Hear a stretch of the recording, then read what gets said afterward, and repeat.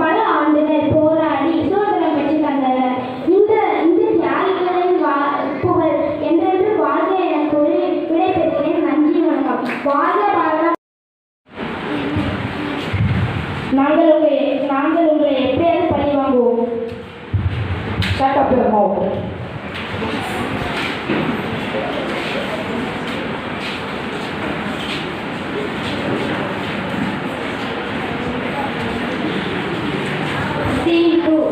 காந்தியும் தமது குழுவும் ஓரிடத்திலிருந்து பேசிக் கொண்டிருந்தார்கள். எப்படியாவது நம் நாட்டை காப்பாற்ற வேண்டும். சரிதான், அதற்கு நாம் என்ன செய்ய வேண்டும்? நாம் அனைவரும் ஒற்றுமையோடு போராடுவோம். சரிதான்.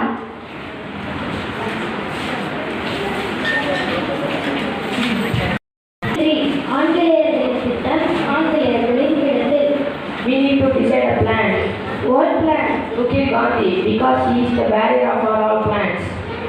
Exactly. Absolutely. ஓரிடத்தில்.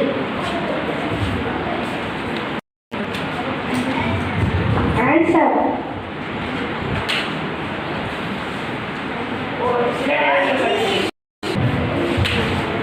இதன் காலில் குண்டடிப்படி இருக்கிறது. இதற்கு நாம் முற்றுப்புள்ளி வைக்க வேண்டும். வாங்கள் போராடலாம். சரிதான்.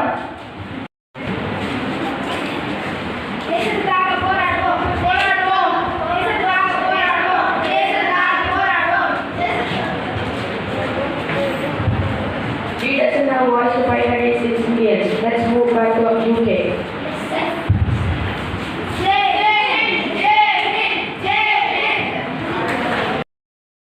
ஆங்கிலேயர்கள் அடிமை நம் நாட்டில் இருக்கும் போது ஒவ்வொரு இந்தியரும் நம்மை மீட்க வேண்டும் என்று நினைத்தார்கள். அதுவே சுதந்திரம் எனவர். அதேபோல் மகாத்மா காந்தி நம்மை எப்படியாவது மீட்க வேண்டும் என்று நினைத்தார். அதேபோல் மகாத்மா காந்தி அவர்கள் நம்மை அகிம்சை வரை செல்வோம் என்று சொன்னவர் மகாத்மா காந்தி.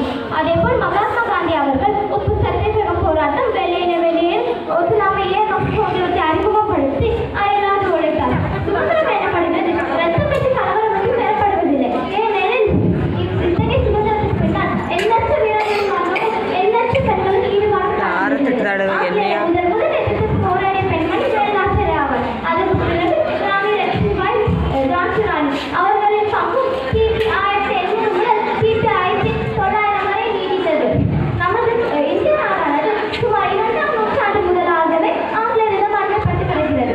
நம்ம நாட்டை எப்படியாவது சுதந்திரம் மீட்டெடுக்க வேண்டும் என்று போராட்டத்தில் ஈடுபட்டவர்கள் பாரதியார், மகாத்மா காந்தி, வேலுநாச்சியார் மற்றும் ஜவஹர்லால் நேரு மற்றும் கடிதத்துக்கு பிறகு நமது இந்தியா நாடானது 1947ஆம் ஆண்டு ஆகஸ்ட் 15ஆம் நாள் சுதந்திரம் கிடைத்தது.